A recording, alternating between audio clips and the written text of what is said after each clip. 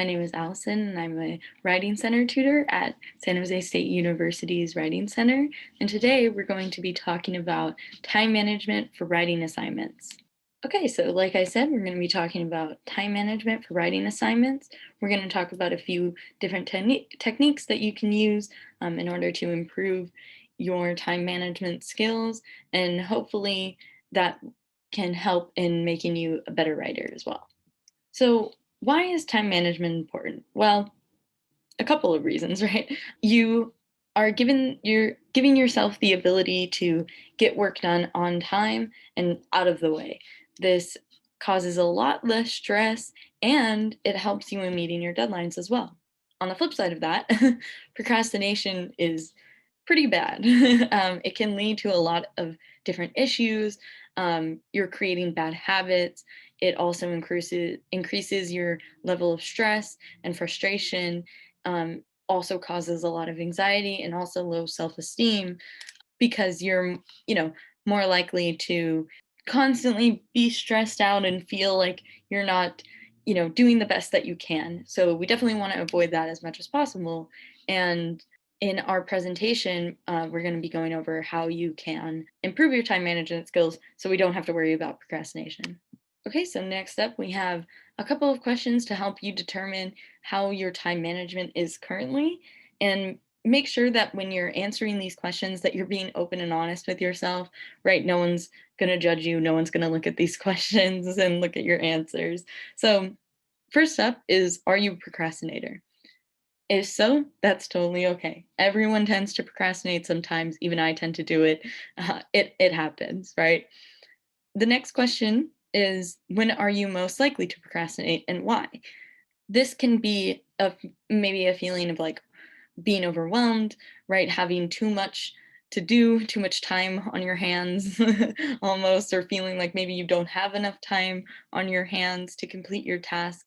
Writing can be very overwhelming, right? There's a lot of different parts to consider. You have to write your thesis statement and your introduction, body paragraphs, and perhaps finding references. It can be a lot. So perhaps you can relate to that, perhaps not. And again, make sure that you're writing down your answers so then that way you can reflect on these. And lastly, how can you work towards overcoming your procrastination? So if you can identify the things in those first few questions, then this can also help you in overcoming that procrastination. And again, we're going to be going over some techniques in this video on how to help with that. All right, so we're going to be moving on to time management tips for writing. The first being to organize your schedule. So you can go about this in a couple of different ways. The first being to keep a planner on hand and make sure that you're using it, right? This can include marking down important due dates. And this is especially helpful when there's multiple deadlines. If you have different assignments that you need to be getting done, it can be helpful in organizing everything and making sure that you know when everything is going to be due. You can also mark down anything like check-ins if there's multiple check-ins when you are turning in rough drafts or getting peer reviews, things like that. The next thing that you can do to organize your schedule is setting short-term and long-term goals.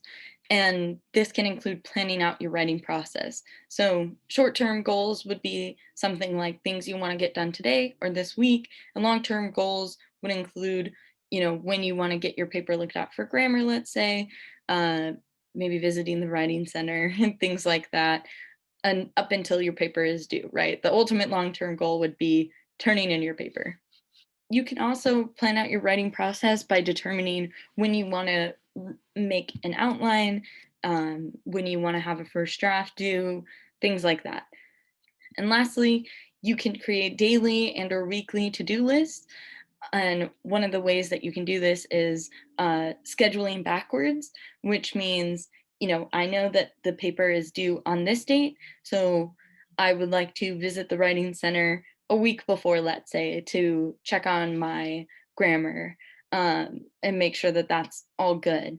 And then, but before that, right, you need to have some sort of rough draft. And so you can keep kind of going back, and that can be very helpful. And I actually use many of these techniques myself. I found it to be extremely helpful, especially creating daily and weekly to do lists to help keep myself on track. I've noticed that when I don't do any of these things, I tend to get more overwhelmed with all of the different work that I have to do, and my brain kind of gets a little scattered. So I can vouch for this method. Next, we're going to be talking about prioritizing tasks and the Eisenhower matrix.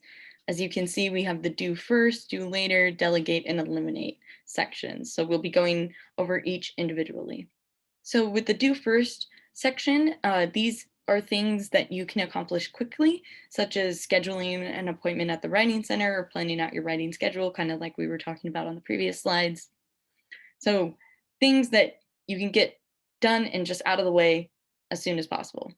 The next would be do later. These are things that you know that you will have to do in the future.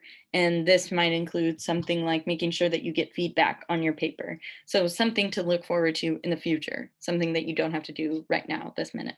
Next up, we have delegate and eliminate. So delegate isn't really related to what we're talking about, but this can definitely be helpful when you're doing group work. So, saying, I'm going to do this, but you can do this and he'll do this. So then that way you have a clear, established dynamic of what each person is going to be doing. So, you know, less messy and you're not picking up other people's slack or vice versa. And lastly, we have eliminate. So these are things that are not helpful to your task at all, things that are not urgent, not important, right? This can include things like going on social media or playing video games, right? So that's not going to help you in accomplishing your task. So might as well just forget about it. Next up, we're going to be talking about the Pomodoro Technique. This technique is also really helpful. I've found that it can definitely help me whenever I feel like I need to get something done, but I'm not sure, how long it's going to take me, or I have other things to do, so I don't have a lot of time to dedicate towards it, and I need to make sure that I'm, taking breaks and whatnot. So the Pomodoro technique is you want to start off by choosing a task to work on. So that can be something like, let's say, writing your introduction. Then you're going to go ahead and set a timer for 25 minutes and you're going to start working. And keep in mind, it doesn't have to be 25 minutes. This is just kind of like the basic example. So it can be either longer or shorter, depending on how much time you feel like you're going to need in order to like fully concentrate and focus on the task. So you'll set your timer, start working. Then as you're working, make sure that you're writing down any distractions. So let's say you're typing away, but your phone keeps going off, right? You're going to want to make sure that you're writing those things down. This helps because it helps you recognize what your distractions are, what pulls you away from your work, right? So in this case, if you're, getting text messages, your phone is a distraction. So next, what you can do is make sure that you're avoiding that as much as possible. So maybe that includes, turning on do not disturb or putting your phone in a different room or away in a drawer or something like that. Then after the 25 minutes is over or however long you decided to work on your task, you're going to want to take a 5-minute break. This allows your brain to kind of rest. It allows you to, deep breath in and out, kind of just say, okay, I'm done with this. I've completed the 25 minutes, give yourself a pat on the back. And this also can help you like go get water, a snack, something like that. Then you're going to want to go ahead and repeat this 3 more times. So work for another 25 minutes, take another 5-minute break, work for another 25 minutes, take a 5-minute break, so on. You would then, after repeating that 3 more times, you would take a longer break and then repeat it, or you could relax. So your longer break could be maybe you want to take like a 30-minute break or an hour break so you can like eat lunch or dinner or something like that. And then you can repeat if you have more work to do, or you can relax if you've completed all of your tasks that you needed to do for that day, or if you just need to, chill, give your mind a break, right? And again, um, you can actually combine this with the other techniques. So if you're not sure what task to work on, you can go ahead and go back to that Eisenhower matrix, figure out what are the things that you need to do first. And then from there, right, you can focus on this Pomodoro technique. Or you can also know what tasks that you want to do because you planned out your schedule. Okay, so now we're going to move on to maintaining your time management. Self care is extremely important, and we want to make sure that that's at the very top of the list when it comes to time management. So, definitely take breaks when needed. Of course, if you're doing the Pomodoro technique, you would be taking those 5-minute breaks intermittently. But again, if you feel like you need a longer break and you want to change 5 minutes to maybe 10 minutes, that's totally fine, right? You also want to make sure that you're being flexible to any changes that happen. So perhaps a deadline gets moved, or maybe a paper gets pushed back. So now you don't have to worry so much about getting that first draft done like 2 days from now, right? You can give yourself a little bit of a break and say, okay, well, I have a little bit more time, so maybe I can like move this. Or let's say you wanted to meet with your professor after you have your completed first draft. You could definitely do that now that you have maybe a little bit more time. And always keep in mind that you can ask for help, if necessary. There's a ton of different resources on campus. You have mentors, professors, peers. Definitely reach out to your professors if you're struggling with a particular writing assignment. Always ask your classmates or your friends for advice, and go to your mentors when you feel like you're just lost. There's also places on campus like the Career Center, like peer connections, CAPS, which is like the psychological services on campus. And of course, you have the Writing Center as well. We're a great resource, so definitely use it. And lastly, we also have Writing Center handouts, which you can find at this link here, sjsu.edu/writing center/handouts.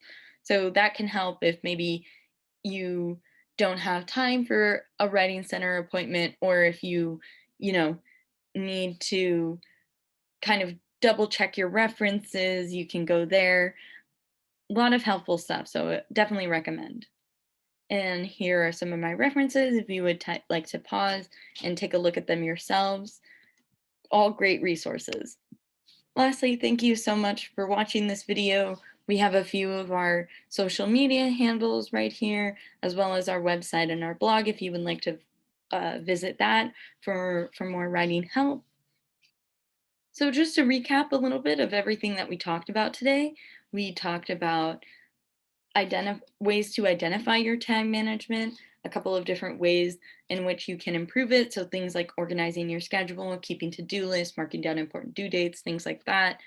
We also talked about the Eisenhower matrix, determining what's more important, what needs to get done faster versus what doesn't have to get done at all right now, right? Playing video games isn't as important as completing your paper. We also talked about the Pomodoro technique, setting that timer, giving yourself dedicated time to complete a task. Again, such as like an introduction can be really helpful because it kind of just forces you to start writing, and it gives you like a timeline of I need to get this done right in this period of time. And then afterwards you get a break. And lastly, again, self-care is the most important thing. So if you're starting to feel overwhelmed, or if things are just getting to be a little bit too much, feel free to take breaks, reach out, get help. And yeah, but thank you so much for watching. I hope that this was helpful, and goodbye.